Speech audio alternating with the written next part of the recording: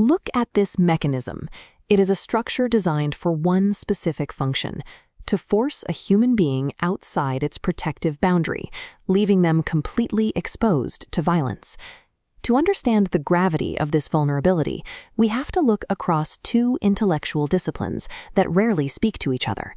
The first framework comes from modern biopolitics, specifically the work of Italian philosopher Giorgio Agamben.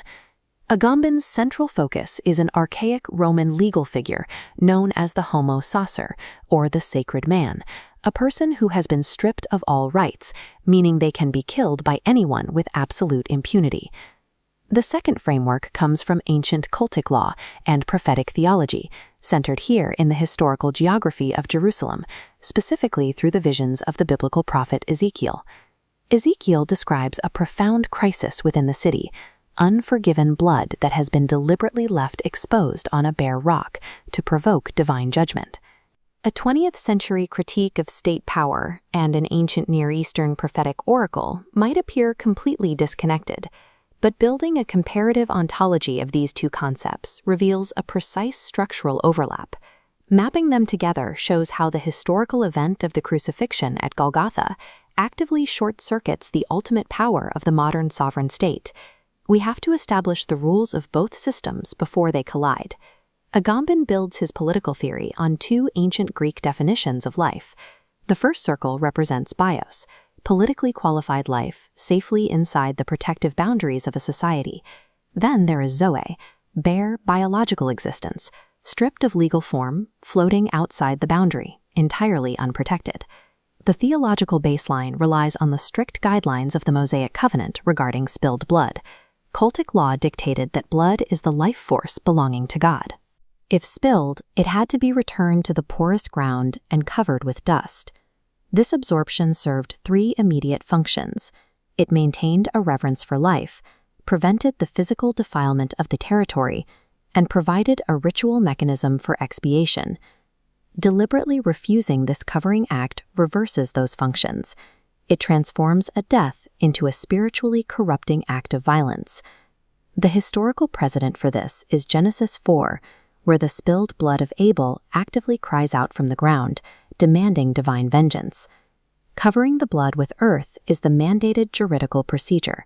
It maintains the local order and formally acknowledges God's ultimate ownership over life. This brings us to the profound moral crisis outlined by the prophet in Ezekiel 24. Jerusalem is condemned not just for shedding innocent blood, but for how it was handled. The blood was deliberately placed on a bare rock. Unlike the porous earth, the bare rock is an unyielding surface. When blood hits it, it cannot sink in. The perpetrators maximize the visibility of the stain, ensuring it remains permanently blocked from ritual covering.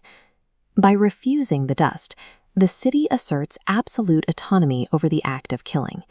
It is a stage of archaic biopolitical defiance. The state declares that its violence requires no atonement, making murder a justified, permanent fixture of its rule. The rock itself physically transforms into a monument to unforgiven guilt, practically demanding divine retaliation.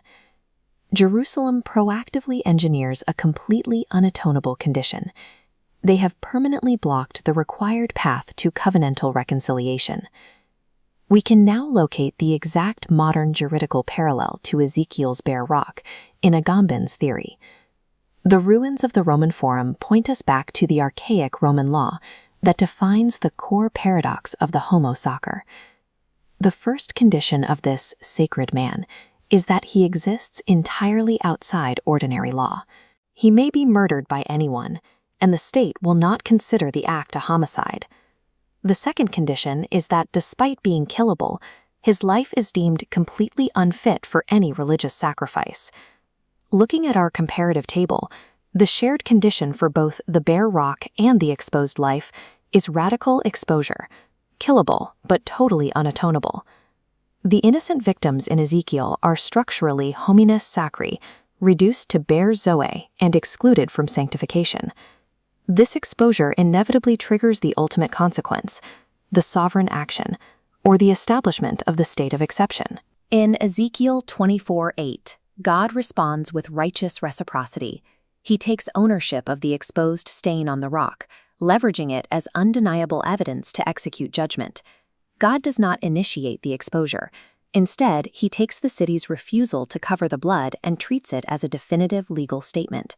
By choosing to keep the violence visible, Jerusalem effectively writes a new rule for their society, one where blood guilt is simply never resolved.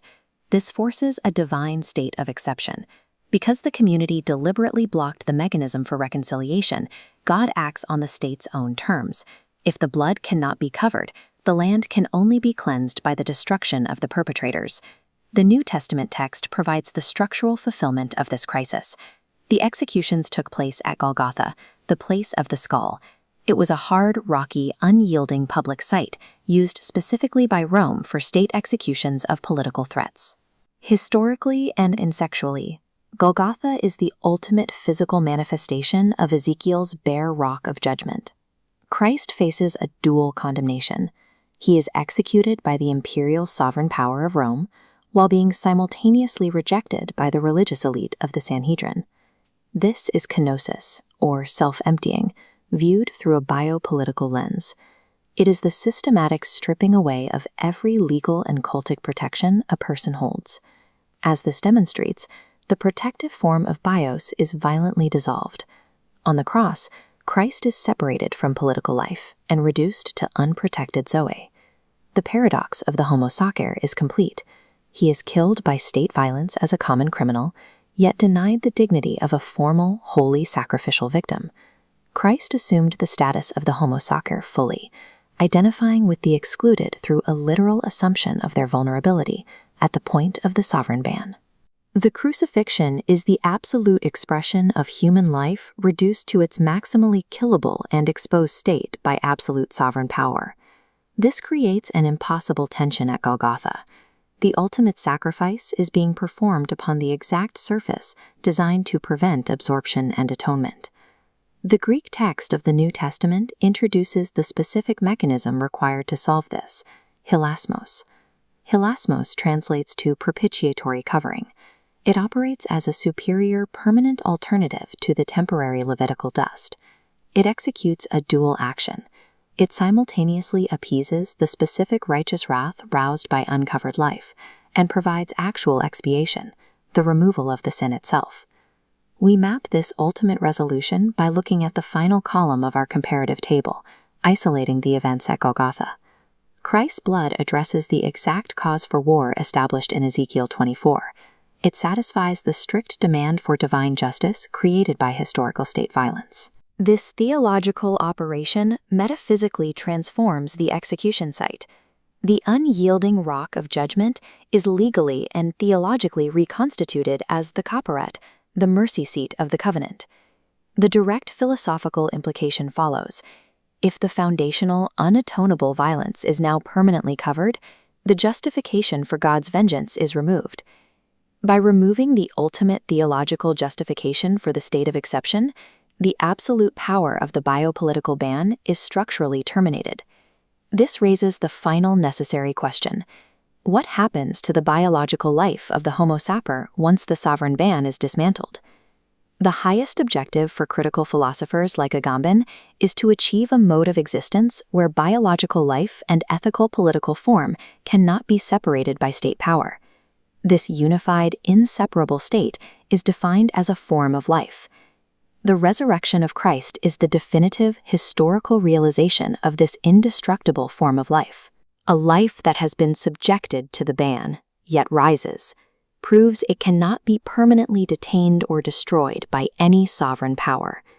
In this moment, human life ceases to be defined by its killability or its potential for political exclusion. For the believer, incorporation into this reality means the state's power to exclude them has no eternal purchase. The exposed stain of biopolitics was cleansed not by burying it in dust, but through the maximal public exposure of the innocent blood of God. This yields a form of existence eternally sheltered from the logic of vengeance.